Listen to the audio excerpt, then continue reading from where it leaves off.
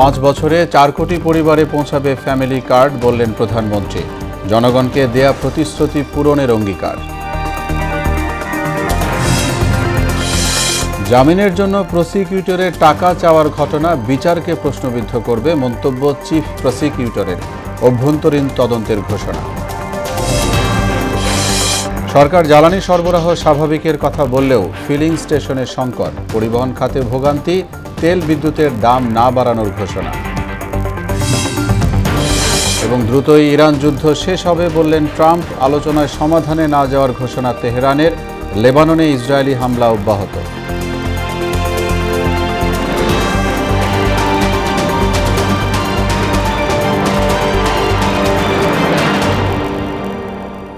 আসসালামু আলাইকুম। আমন্ত্রণ মোহনা সংবাদে এতক্ষণ শুনছিলেন শিরোনাম, সঙ্গে আছি মোহাম্মদ ওয়ালিউল্লাহ। নির্বাচিত সরকার জনগণের কাছে জবাবদিহি করতে বাধ্য বলে মন্তব্য করেছেন প্রধানমন্ত্রী তারেক রহমান। মঙ্গলবার সকালে রাজধানীর বনানী টি&টি মাঠে ফ্যামিলি কার্ড বিতরণ কর্মসূচির উদ্বোধন অনুষ্ঠানে একথা বলেন তিনি। জানান, নারীর ক্ষমতায়ন হলেই দেশ এগিয়ে যাবে। 5 বছরে 4 কোটি পরিবারকে ফ্যামিলি কার্ড পৌঁছে দেওয়ার কথাও জানান তারেক রহমান। তানজিদ ভুঁইয়ার প্রতিবেদন। নির্বাচনের আগে 4 কোটি পরিবারকে ফ্যামিলি কার্ড দেওয়ার প্রতিশ্রুতি দিয়েছিলেন বিএনপি প্রধান তারেক রহমান। প্রধানমন্ত্রী হয়েই জনগণের সেই প্রতিশ্রুতি বাস্তবায়ন করলেন তারেক রহমান। অনুষ্ঠানে উপস্থিত ছিলেন তারেক রহমানের স্ত্রী জুবাইদা রহমান সহ মন্ত্রী ও প্রতিমন্ত্রী পরিষদের সদস্যবৃন্দ ও সংসদ সদস্য, রাজনৈতিক অঙ্গনের নেতারা। পাশাপাশি উপস্থিত ছিলেন বিভিন্ন দেশের কূটনৈতিক সহ হাই কমিশনার ও অ্যাম্বাসেডররা। নির্বাচনে জয়ী হয়ে সরকার গঠনের 21 দিনের মাথায় প্রতিশ্রুতি রাখলেন প্রধানমন্ত্রী তারেক রহমান। ফ্যামিলি কার্ড বিতরণ কর্মসূচি উদ্বোধন করতে সকাল 10:30টায় বনানীর করাইল বস্তির টি&টি মাঠে যান প্রধানমন্ত্রী। মঞ্চে না উঠে জনতার কাতারে নেমে উপস্থিত জনসাধারণের সঙ্গে হাত মেলালেন সরকার প্রধান। মঞ্চে উঠেই চিরচারিত সেই ভঙ্গি, হাত নাড়িয়ে শুভেচ্ছা জানালেন সবাইকে। কার্ড তুলে দিলেন পরিবারের নারী প্রধানদের হাতে। ল্যাপটপের বাটন প্রেস করে উদ্বোধন করলেন ফ্যামিলি কার্ড বিতরণ কর্মসূচির। পরে ফ্যামিলি কার্ডের বিষয়বস্তু নিয়ে কথা বলেন প্রধানমন্ত্রী। দেশের অর্ধেক জনগোষ্ঠী নারীদের অর্থনৈতিকভাবে স্বাবলম্বী করার উদ্যোগ নেওয়ার কথা জানান সরকার প্রধান। আমরা জনগণের কাছে দেওয়া প্রতিশ্রুতিগুলো, যেই প্রতিশ্রুতিগুলো পূরণের মাধ্যমে জনগণের ভাগ্যের পরিবর্তন হবে, যেই প্রতিশ্রুতিগুলি পূরণের মাধ্যমে, একটি সরকারের প্রতিশ্রুতি পূরণের মাধ্যমে দেশের ভাগ্যের পরিবর্তন হবে, জনগণের ভাগ্যের উন্নয়ন ঘটবে, সেই প্রতিশ্রুতিগুলো আমরা ধীরে ধীরে পর্যায়ক্রমিকভাবে যে কোনো মূল্যে পূরণের চেষ্টা করব। বর্তমান বৈশ্বিক পরিস্থিতির কথা তুলে ধরে জনগণকে দেয়া প্রতিশ্রুতি বাস্তবায়নে সরকার কাজ করে যাবে বলেও জানান প্রধানমন্ত্রী। দেশটি আমাদের প্রথম এবং শেষ ঠিকানা। এই দেশের মানুষের প্রত্যাশা বর্তমান নির্বাচিত সরকারের কাছে অনেক। আমরা ধৈর্যের সাথে সুন্দরভাবে আমাদের এই দেশটিকে গড়ে তুলি। নির্বাচনের আগে ঠিক এই মঞ্চে বিএনপি চেয়ারম্যান তারেক রহমান দেশের নারীর ক্ষমতায়নে ফ্যামিলি কার্ড দেওয়ার প্রতিশ্রুতি দিয়েছিলেন। নির্বাচিত হওয়ার 21 দিন পর ঠিক একই মঞ্চে এসে প্রধানমন্ত্রী তারেক রহমান ফ্যামিলি কার্ডের উদ্বোধন করেছেন। এর মাধ্যমে দেশের নারীর ক্ষমতায়ন, অর্থনৈতিক উন্নয়ন এবং সামাজিক সুরক্ষা নিশ্চিত হবে বলে মন্তব্য করেছেন প্রধানমন্ত্রী তারেক রহমান। রাজধানীর টি&টি খেলার মাঠ থেকে তানজিদ ভুঁইয়া, মোহনা সংবাদ, ঢাকা। এদিকে রাজধানীর পাশাপাশি সারা দেশে 14টি এলাকায় শুরু হয়েছে ফ্যামিলি কার্ড বিতরণের পরীক্ষামূলক কার্যক্রম। কার্ড পেয়ে সন্তুষ্টি জানান সুবিধাভোগীরা। প্রতিনিধিদের তথ্যের ডেস্ক রিপোর্ট। ফ্যামিলি কার্ড নারীদের শক্তি যোগাবে এবং সবাই ফ্যামিলি কার্ড পাবে বলে জানিয়েছেন স্থানীয় সরকার, পল্লী উন্নয়ন ও সমবায় মন্ত্রী মির্জা ফখরুল ইসলাম আলমগীর। ঠাকুরগাঁয়ের রহিমানপুর ইউনিয়নের ফ্যামিলি কার্ড বিতরণ অনুষ্ঠানে একথা বলেন তিনি। ফ্যামিলি কার্ড জিনিসটা যেটা আপনাদের এতক্ষণ দেখানো হলো, এটা হচ্ছে একটা শক্তি, এটা হচ্ছে একটা ক্ষমতা।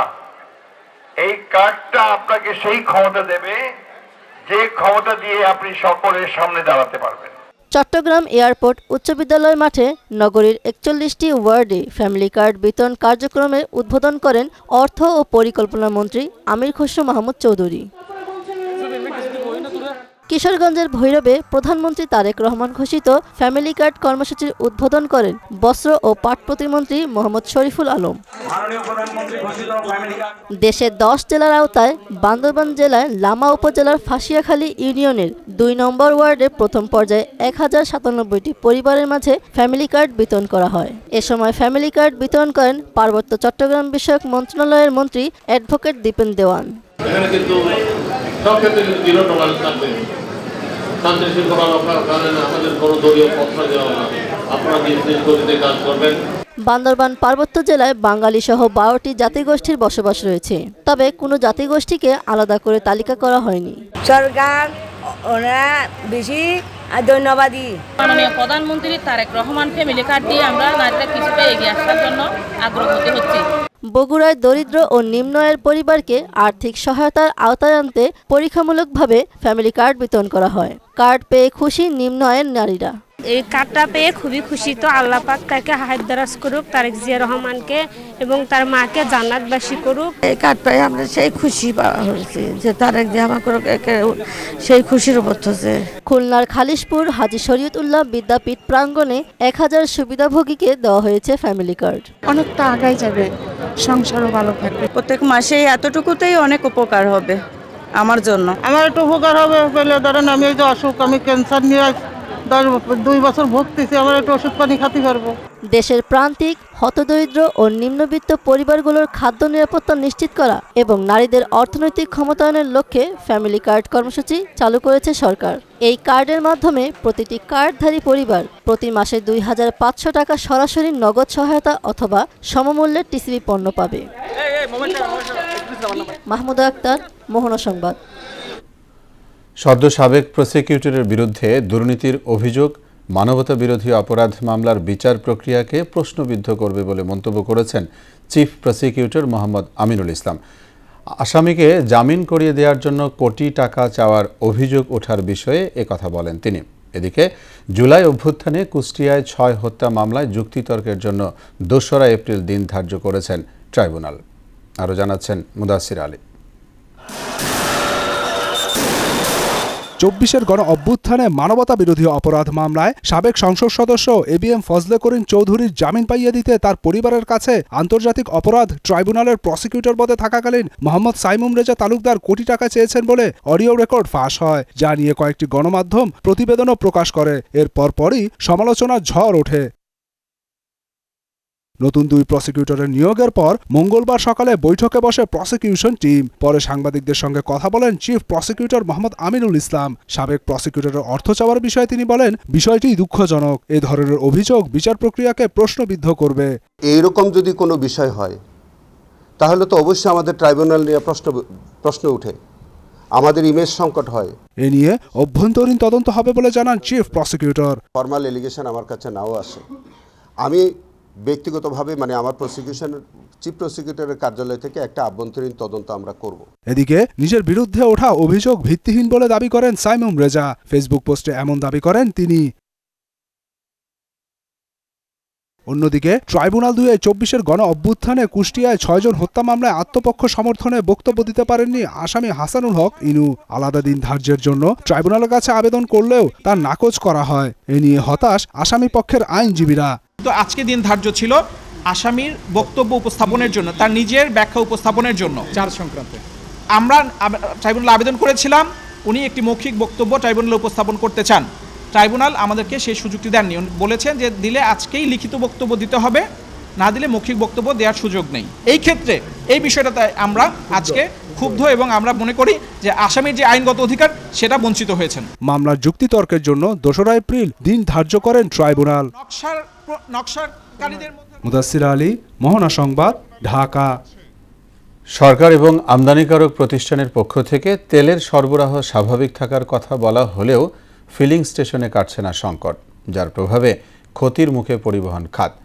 চালকদের দাবি, প্রয়োজনের চেয়ে কম জ্বালানি পাওয়ায় ভোগান্তি বাড়ছে যাত্রাপথে। আয়ের পরিমাণ কমেছে বলে দাবি করেন কেউ কেউ। বিস্তারিত বিজন কুমারের রিপোর্টে। মধ্যপ্রাচ্য জুড়ে চলমান যুদ্ধ আর বিশ্ববাজারে জ্বালানি তেলের দাম বৃদ্ধির পর থেকে সংকট আতঙ্কে কাঁপছে দেশের মানুষ। এর ফলে গেল কয়েকদিন ধরেই ফিলিং স্টেশনগুলোতে দৃশ্যমান হচ্ছে জ্বালানি তেল ক্রেতাদের দীর্ঘ সারি। শুধু তাই নয়, এই আতঙ্ক ছাড়িয়েছে গণপরিবহন খাতেও। পেট্রোল পাম্পে তেল থাকাকালীনও আমাদের তেল দিচ্ছে না, তো এটা সম্পূর্ণ সিন্ডিকেট করা হচ্ছে। তেল না পরে চালামু কেমনে করে, এক টিপ মারি 2 টিপ মারি বন্ধ করে ধোয়া লাগে।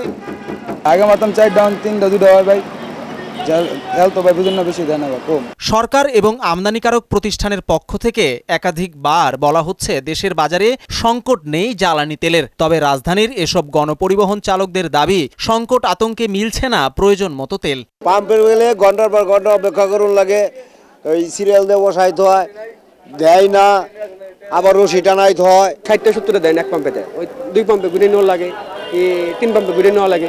যার 5টা আছে তার 3টা চলতেছে, 2টা বন্ধ আছে, শুধুমাত্র তেলের সংকটের কারণে। ভোগান্তির পাশাপাশি চালকরা বলছেন এতে পূর্বের তুলনায় কমে এসেছে আয়ের পরিমাণও। ঈদের আনন্দে ভাটার শঙ্কাও করছেন কেউ কেউ। কোনোদিন 3টা হয়, কোনোদিন 4টা হয়, কিন্তু 2টাই বেশি হয় আর কি। এটা আমাদের 2টাই করে বেশি হয়। যেই পরিস্থিতি হইতেছে তাতে তো মনে হয় যে এইটা আমাদের জন্য মাটি, বাকিটা আল্লাহ পাক জানে। এদিকে একই সমস্যায় এখনও স্বাভাবিক হয়নি ঈদ কেন্দ্রিক অগ্রিম টিকিট বিক্রয় কার্যক্রম। অনেক কাউন্টারেই ঝুলছে নোটিশ। পাম্পে ঢুকলে দেয় 20 লিটার, আবার আর এক পাম্পে গেলেই বলে নাই। রাস্তায় গাড়ি এনে সাইড করে রাইখে দিই, কেমনি করে ছাড়বটি। তেলের এই সমস্যার কারণে অগ্নিটা বন্ধ করে দিচ্ছে। রানিং বেরবে, রানিং আসবে, রানিং দিয়ে দিবে। সাধারণ মানুষের প্রত্যাশা দ্রুত সমাধান হবে জ্বালানি তেলের সংকট। বিজন কুমার, মোহনা সংবাদ, ঢাকা। আপাতত জ্বালানি ও বিদ্যুতের দাম বাড়ানোর বিষয়ে সরকারের পরিকল্পনা নেই বলে জানিয়েছেন বিদ্যুৎ ও জ্বালানি প্রতিমন্ত্রী অনিন্দ্য ইসলাম অমিত। মঙ্গলবার দুপুরে সচিবালয়ে জ্বালানি ও বিদ্যুৎ পরিস্থিতি নিয়ে এক ব্রিফিংয়ে তিনি বলেন, জনগণের স্বার্থ বিবেচনা করে জ্বালানির দাম বৃদ্ধি করা হয়নি। যতদিন সম্ভব দাম না বাড়ানোর চেষ্টা করবে সরকার। জ্বালানি প্রতিমন্ত্রী বলেন, মধ্যপ্রাচ্যে যুদ্ধে যে সংকট তা এককভাবে মোকাবেলা করা সম্ভব নয়। যুদ্ধ দীর্ঘায়িত হলে অন্য দেশ থেকে জ্বালানি আনা হবে। রাইড শেয়ারকারীদের সুবিধার্থে সরকার আজ থেকে প্রতিদিন 5 লিটার করে তেল সরবরাহের সিদ্ধান্ত নিয়েছে বলেও জানান প্রতিমন্ত্রী। এই অস্বাভাবিক চাহিদার কোনো যৌক্তিক কারণ ছিল না। এটি উদ্বেগ উৎকণ্ঠা থেকে, প্যানিক বাইং থেকে, কিংবা হয়তোবা আমাদের যেভাবেই বলেন দেশপ্রেমের ঘাটতির জায়গা থেকে এটা করতে পারে। আমরা এটাকে অস্বাভাবিকভাবে দেখিনি, আমরা এটি স্বাভাবিকভাবে দেখেছি এবং স্বাভাবিক প্রক্রিয়া এটি সমাধান করবার চেষ্টা করেছি। আমরা আজকে রাইড শেয়ার যারা করেন, উবার, পাঠাও, এরকম চালকদেরকে আমরা 5 লিটার পর্যন্ত জ্বালানি তেল সরবরাহের ব্যবস্থা করেছি। এটি অর্থাৎ দ্বিগুণের চাইতে বেশি করেছে। আমি মনে করি এটা একটি স্বস্তির কারণ হবে। যুদ্ধ দ্রুত শেষ করতে মার্কিন প্রেসিডেন্ট ডোনাল্ড ট্রাম্পকে প্রস্তাব দিলেন রাশিয়ার প্রেসিডেন্ট ভ্লাদিমির পুতিন। এদিকে মধ্যপ্রাচ্য থেকে তেল রপ্তানি বন্ধের হুমকি দিয়েছে ইরানের Islamic revolutionary guard corps IRGC। পাল্টা হুমকিতে মার্কিন প্রেসিডেন্ট ডোনাল্ড ট্রাম্প বলেছেন, হরমুজ প্রণালী দিয়ে তেল সরবরাহ বন্ধ করে দেয়া হলে ইরানে আগের চেয়ে 20 গুণ শক্তিশালী হামলা চালানো হবে। প্রিয়াঙ্কা নিতুর ডেস্ক রিপোর্ট। যুক্তরাষ্ট্র ও ইসরায়েলের হামলা অব্যাহত থাকলে মধ্যপ্রাচ্য থেকে তেল রপ্তানি বন্ধ করে দেওয়ার হুঁশিয়ারি দিয়েছে ইরানের Islamic revolutionary guards core IRGC। মার্কিন প্রেসিডেন্ট ডোনাল্ড ট্রাম্প পাল্টা হুঁশিয়ারি দিয়ে বলেছেন, ইরান হরমুজ প্রণালী দিয়ে তেল সরবরাহ বন্ধ করে দিলে দেশটিকে আগের চেয়ে 20 গুণ শক্তিশালী হামলার মুখে পড়তে হবে, যা ইরানকে জাতি হিসেবে পুনর্গঠন অক্ষম করে দেবে। চলমান পরিস্থিতি নিয়ে রাশিয়ার প্রেসিডেন্ট ভ্লাদিমির পুতিন ট্রাম্পের সঙ্গে ফোনালাপ করেছেন। প্রায় 1 ঘণ্টার আলাপচারিতায় পুতিন ইরানের বিরুদ্ধে দ্রুত রাজনৈতিক ও কূটনৈতিক সমাধানের আহ্বান জানিয়েছেন। এছাড়া ইউক্রেন সহ অন্যান্য দ্বিপাক্ষিক বিষয়েও আলোচনা হয়েছে। ক্রেমলিনের পররাষ্ট্রনীতি বিষয়ক উপদেষ্টা ইউরি উশাকভ সাংবাদিকদের জানান, ট্রাম্পের সঙ্গে ফোনালাপে পুতিন ইরান যুদ্ধের দ্রুত সমাধানের লক্ষ্যে তার প্রস্তাবগুলো তুলে ধরেন। এই উত্তেজনার মধ্যে শিগগিরই ইরান যুদ্ধ শেষ হবে ট্রাম্পের এমন ঘোষণার প্রভাবে আন্তর্জাতিক বাজারে অপরিশোধিত তেলের দাম ৮ থেকে ৯% পর্যন্ত কমেছে। তিনি মনে করেন ইরানের প্রতিবেশী আরব দেশে হামলার ভুল কৌশলের কারণে তারা যুক্তরাষ্ট্রের পাশে দাঁড়িয়েছে এবং পাল্টা হামলাও শুরু করেছে। আন্তর্জাতিক সম্প্রদায়ের জন্য এখন মূল চ্যালেঞ্জ হলো সংযম এবং কূটনৈতিক সমাধান নিশ্চিত করা, যাতে কোনো বড় সংঘাত থেকে রপ্তানি বাজার এবং আঞ্চলিক স্থিতিশীলতা ক্ষতিগ্রস্ত না হয়। প্রিয়াঙ্কা নিতু, মোহনা সংবাদ। এদিকে যুদ্ধে আরও শক্তিশালী ক্ষেপণাস্ত্র ব্যবহারের ঘোষণা দিয়েছে তেহরান। যুক্তরাষ্ট্রের সঙ্গে আলোচনায় বসার সম্ভাবনাকেও নাকচ করে দিয়েছে তারা। অন্যদিকে লেবাননে অব্যাহত রয়েছে ইসরায়েলি হামলা। ঐশী আলমের ডেস্ক রিপোর্ট। দ্বিতীয় সপ্তাহে পড়ল ইরান ইসরায়েল যুক্তরাষ্ট্র সংঘাত। যৌথ হামলায় সর্বোচ্চ নেতা নিহতের পর থেকে ওয়াশিংটন তেল আবিবের বিভিন্ন লক্ষ্যবস্তুতে হামলা চালিয়ে যাচ্ছে তেহরান। এবার আরও শক্তিশালী ক্ষেপণাস্ত্র ব্যবহারের ঘোষণা দিল তারা। সেই সঙ্গে যুক্তরাষ্ট্রের সঙ্গে আলোচনার বসার সম্ভাবনাও বাতিল করেছে দেশটি। যুক্তরাষ্ট্র ইসরায়েলের সঙ্গে আলোচনার মাধ্যমে যুদ্ধের অবসান হতে পারে এই ধারণা প্রত্যাখ্যান করেছে ইরানের পার্লামেন্ট স্পিকার মোহাম্মদ বাঘের গালিবাফ। তিনি বলেন, ইরান যুদ্ধবিরতি চায় না। এই ধরনের আলোচনা কোনোভাবেই গ্রহণযোগ্য নয়। কেবল আধিপত্য বিস্তারের জন্য যুক্তরাষ্ট্র ইসরায়েল বারবার যুদ্ধবিরতি শব্দটি ব্যবহার করেছে বলেও দাবি করেন বাঘের গালিবাফ। মধ্যপ্রাচ্যে যুক্তরাষ্ট্র ও ইসরায়েলের লক্ষ্যবস্তুতে হামলা চালিয়ে যাচ্ছে ইরান। বাহরাইন, কুয়েত, আরব আমিরাত ও সৌদি আরবে ইরানের হামলা অব্যাহত রয়েছে। লেবাননে ইসরায়েলের ভয়াবহ হামলার কারণে দেশটিতে বাস্তুচ্যুত মানুষের সংখ্যা দ্রুত বাড়ছে। মাত্র ২৪ ঘন্টায় আরও ১ লাখ মানুষ নিজেদের ঘরবাড়ি ছেড়ে পালাতে বাধ্য হয়েছেন। ইরানের পররাষ্ট্রমন্ত্রীর সঙ্গে ফোন আলাপে তুরস্কের পররাষ্ট্রমন্ত্রী হাকান ফিদান বলেন, আকাশসীমা লঙ্ঘন কোনোভাবেই গ্রহণযোগ্য নয়। আরাকচিকে সতর্ক করে তিনি বলেন, এই ধরনের লঙ্ঘন মোকাবিলায় তুরস্ক প্রয়োজনীয় ব্যবস্থা নেবে। ইরানের রাজনৈতিক নেতৃত্ব দেশটির জনগণের উপরেই নির্ভর করছে বলে মন্তব্য করেছেন ইসরায়েলের প্রধানমন্ত্রী বেঞ্জামিন নেতানিয়াহু। মৃত্যু অথবা আহতের গুঞ্জনের মধ্যেই এমন মন্তব্য করেন তিনি। ঐশী আলম, মোহনা সংবাদ। বাংলাদেশ যুক্তরাষ্ট্র বাণিজ্য চুক্তি কার্যকর হলে বছরে প্রায় ১৩২৭ কোটি টাকার রাজস্ব হারানোর আশঙ্কা রয়েছে বলে জানিয়েছে centre for policy dialogue CPD. চুক্তির কারণে ডব্লিউটিও এর আওতাভুক্ত অন্যান্য দেশকেও একই ধরনের সুবিধা দেওয়ার বাধ্যবাধকতা তৈরি হতে পারে বলে মনে করছে সংস্থাটি, যা ভবিষ্যতে বড় ঝুঁকি তৈরি করবে। মঙ্গলবার সকালে সিপিডি কার্যালয়ে জাতীয় বাজেট ২০২৬-২৭ অর্থ বছরে সুপারিশ শীর্ষক ব্রিফিংয়ে এসব বক্তব্য উঠে আসে। এতে সিপিডির সম্মানীয় ফেলো অধ্যাপক মুস্তাফিজুর রহমান বলেছেন, চুক্তির বিষয়বস্তু উন্মুক্ত করা প্রয়োজন, কারণ এতে বেশ কিছু আর্থিক ঝুঁকির বিষয় রয়েছে। চাহিদা সৃষ্টি করবে অর্থনীতিতে। এই চাহিদাটা কিন্তু পূরণ করবে হলো আমাদেরই দেশের উৎপাদক যারা। সুতরাং এই চাহিদা থেকে একটা সরবরাহ রেসপন্স কিন্তু আসবে, এবং সেই সরবরাহ রেসপন্সটা আবার কর্মসংস্থান করবে। কারণ এই যে ২৫০০ টাকা আপনি যাদেরকে দিচ্ছেন, এরা কিন্তু মার্সিডিজ বেঞ্চ কিনবেন না, আমদানিকৃত দ্রব্য কিনবেন না। ওনারা কিন্তু আমাদের দেশের স্মল মিডিয়াম যে এন্টারপ্রাইজ আছে, তারা যেগুলো উৎপাদন করেন ওগুলোই কিন্তু তারা কিনবেন। সুতরাং এখানে একটা গুণক প্রভাব অর্থনীতিতে পড়ে, যেটা আবার কর্মসংস্থান করে, যেখান থেকে আবার সরকারের অপ্রত্যক্ষ যে কর সেটাও আদায় হয়। আওয়ামী লীগ আমলে ব্যাংকিং খাতে ভয়াবহ লুটপাট হয়েছে বলে মন্তব্য করেছেন বিএনপির ভাইস চেয়ারম্যান শামসুজ্জামান দুদু। মঙ্গলবার সন্ধ্যায় নয়াপল্টনের একটি হোটেলে আয়োজিত ইফতার মাহফিলে তিনি বলেন, ফ্যাসিস্ট সরকারটি দেশের গণতন্ত্রকে হত্যা করেছে। বর্তমান সরকার আইনের শাসন পুনঃপ্রতিষ্ঠার চেষ্টা করছে বলেও জানান শামসুজ্জামান দুদু। সরকার আমাদের ব্যাংক ট্যাঙ্কগুলো এতভাবে লুটপাট করেছে, ব্যাংক বলে বাংলাদেশে এখন কিছু আছে বলে বিশ্বাস করা কঠিন। হাজার হাজার লক্ষ লক্ষ কোটি টাকা তারা তাদের বিদেশে পাঠিয়েছে। গণতন্ত্রকে হত্যা করে এদেশে ফ্যাসিবাদ প্রতিষ্ঠা করার কারণে আইনের শাসন বলে যে একটা শাসন ছিল, সেটা ধ্বংস হয়ে গেছে। প্রতিটি ক্ষেত্রে দখলদারিত্ব ছিল, সেই আইনের শাসন আমাদের ফিরিয়ে আনতে হবে। চিরচেনা ভিড় নেই, পাঠকের কোলাহল নেই, জমেনি লেখকদের আড্ডাও।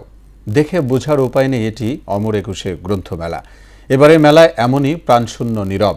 কিছু পাঠক আসলেও তারা বলছেন এমন বইমেলা কখনোই দেখেননি তারা। আর প্রকাশকরা বলছেন সরকারি বা পাঠাগারের জন্য বড় ক্রয়াদেশ ছাড়া এবার ক্ষতি পোষানো সম্ভব নয়। মফিউর রহমানের রিপোর্ট। অমর একুশে গ্রন্থমেলার প্রবেশদ্বার পেরিয়ে পাঠকরা ঢুকছেন মেলা প্রাঙ্গণে। তবে অন্যান্য বারের তুলনায় দর্শনার্থী সংখ্যা অনেক কম। মেলা প্রাঙ্গণে ছড়িয়ে ছিটিয়ে আছেন কয়েকজন মানুষ। কেউ বা বই দেখছেন, কেউ বা প্রিয় বইয়ের খোঁজে স্টলে স্টলে ঘুরছেন। পাঠক দর্শনার্থীরা বলছেন এমন প্রাণহীন বইমেলা আগে দেখেননি তারা। রমজান না হলে অবশ্যই মানুষ থাকতো, অন্যান্য সময় মেলাতে আরো বেশি ভিড় থাকে। ছোট বাচ্চাদের গল্পের বই নিচ্ছি আর উপন্যাস নিচ্ছি আমার জন্য। থ্রিলার পছন্দ করি, আর হচ্ছে আপনার সাইকোলজিক্যাল বিভিন্ন যে বিষয়গুলো থাকে এই ধরনের বিষয়গুলো আমার পছন্দ। সব লেভেলের পাঠকদের চাহিদা অনুযায়ী যেন বই প্রকাশ করে, লেখকও আছে সেই ধরনের বিভিন্ন ক্যাটাগরি। বড়দের হাত ধরে মেলায় যান ছোটরাও। ঘোরাঘুরির পাশাপাশি অনেক শিশু কিনছে পছন্দের বই। আমি আমার বাবার ভাইয়ের সাথে এসেছি। আমি কমিক বই বেশি পছন্দ করি। আমার কার্টুনের বই ভালো লাগে। ছড়া, সিসিমপুরের বই, ছোট গল্প। হাতে গোনা কিছু বই বিক্রি হলেও বেশিরভাগ স্টলেই নির্লিপ্ত বসে আছেন বিক্রেতা। বেচা বিক্রি কম হওয়ায় হতাশ তারা। আগের তুলনায় ততটা সাড়া পাচ্ছি না। বইমেলাটা অতটা স্যাটিসফাইড দিকে যাচ্ছে না। এবার মেলায় লেখক সমাগমও কম। অনেক খুঁজে কয়েকজন নবীন প্রবীণ লেখকের দেখা মিলল। নিজের বই প্রকাশে আনন্দিত হলেও বিবর্ণ মেলা ঘিরে ব্যথিত নবীনরা। সমাজে ঘটে যাওয়া আমাদের পারিপার্শ্বিক যে ঘটনাগুলো সেগুলো নিয়েই গল্প আমি তুলে ধরার চেষ্টা করেছি। আমি আসলে লেখি, কিন্তু প্রকাশনা এইবারই প্রথম আর কি। নবীনদের আরও বেশি পাঠোভ্যাসের পরামর্শ দিয়ে প্রবীণ লেখকরা বলেন এটা করলেই লেখার মান হবে শিল্পোত্তীর্ণ। আমি মনে করি যে পড়াশোনা ছাড়া আসলে একজন লেখক তৈরি হতে পারে না, এর কোনো শর্টকাট আসলে নাই। অসাধারণ বই যারা রচনা করছেন তাদের ব্যক্তিগত জীবন সম্পর্কে খোঁজ নিয়ে দেখা গেছে তারা 24 ঘন্টার মধ্যে 16 ঘন্টা পড়াশোনা করছেন। মঙ্গলবার 146টি সহ এখন পর্যন্ত মেলায় নতুন বই এসেছে 1142টি। মফিউর রহমান, মোহনা সংবাদ, ঢাকা। জমে উঠেছে ময়মনসিংহের ঈদ বাজার। সকাল থেকে রাত অবধি বেচা কেনায় ব্যস্ত ক্রেতা বিক্রেতারা। দাম নিয়ে ক্রেতা বিক্রেতাদের মধ্যে মিশ্র প্রতিক্রিয়া থাকলেও পছন্দের পোশাক কিনতে মার্কেটে ছুটছেন সব বয়সী মানুষ। আর কেনাকাটা নির্বিঘ্ন করতে মাঠে রয়েছে আইনশৃঙ্খলা রক্ষাকারী বাহিনী। রুবায়েত বাপ্পির প্রতিবেদন, জানাচ্ছেন আফরিন পপি। ঈদ উল ফিতরকে সামনে রেখে ময়মনসিংহে জমে উঠেছে ঈদ কেনাকাটা। দেশীয় পোশাকের পাশাপাশি ইন্ডিয়ান, পাকিস্তানি ড্রেসের চাহিদাও বেড়েছে। শপিং মলের পাশাপাশি ফুটপাতেও জমজমাট ঈদ বাজার। নগরীর গাঙ্গিনার পাড়, বাসাবাড়ি মার্কেট, নতুন বাজার ও চরপাড়া এলাকার ফুটপাতে জমে উঠেছে কেনাকাটা। সার্বিকভাবে মোটামুটি ভালোই, এবং লোকজনের ভিড় মার্কেটে প্রচুর। ঈদ যেহেতু প্রতিবার গরমে হয়, গরমে সুতিটাই সবাই প্রেফার করে। এই ধরনের কাপড়ই পছন্দ। অন্যান্য বছরের তুলনায় কিছুটা দাম বেশি মনে হচ্ছে। দাম আছে আগের তুলনায় কিছু বাড়ছে। পিস নিচ্ছি, 2 পিস নেওয়া হলো, তারপর জামা নেওয়া হলো, জুতা নিলাম। দামটা তো এইবার বেশি। আর মার্কেট সহ বিভিন্ন পয়েন্ট চিহ্নিত করে নিরাপত্তা ব্যবস্থা জোরদার করেছে পুলিশ। বিক্রেতারা বলছেন বেচাকেনা ভালো, তবে শেষ সময়ে আরো বাড়বে বলে প্রত্যাশা তাদের। এবারে যে কাজ ছাড়া চিকন কাজ, সিঙ্গেল প্লেটের এই পাঞ্জাবির চাহিদা বেশি। পাঞ্জাবিটা খুব ভালো চলছে আর কি। আমাদের কালেকশনও পাঞ্জাবি অনেক ইনশাআল্লাহ অনেক ভালো। দেখা যায় কাস্টমার দাম করলে কম আর বেচাকেনা কম। সামনে আরো 1 সপ্তাহ সময় আছে, দেখা যাক কি হয়। ছুটির দিনেও সকাল থেকে মধ্যরাত পর্যন্ত খোলা থাকছে মার্কেট, শপিং মল সহ বিভিন্ন শোরুমগুলো। আফরিন পপি, মোহনা সংবাদ।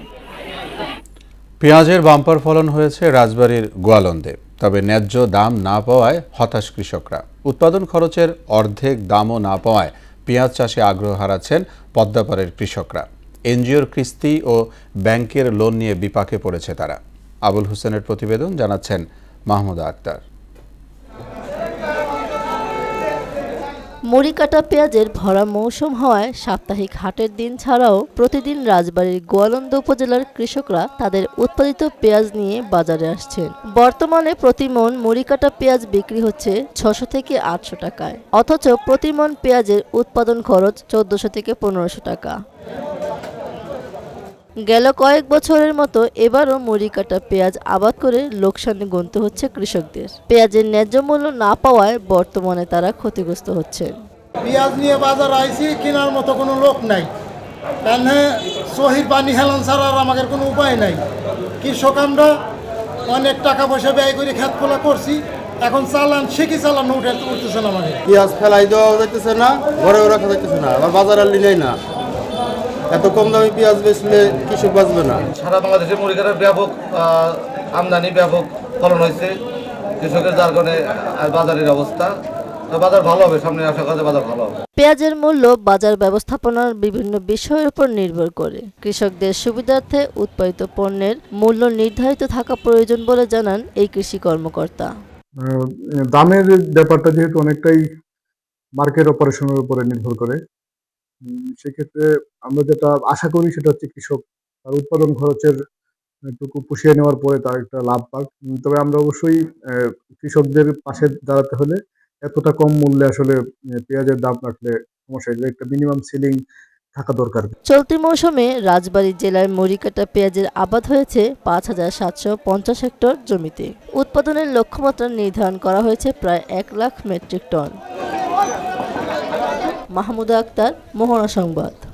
শেষ করব মোহনা সংবাদ, যাওয়ার আগে শিরোনামগুলো জানাবো আরো একবার।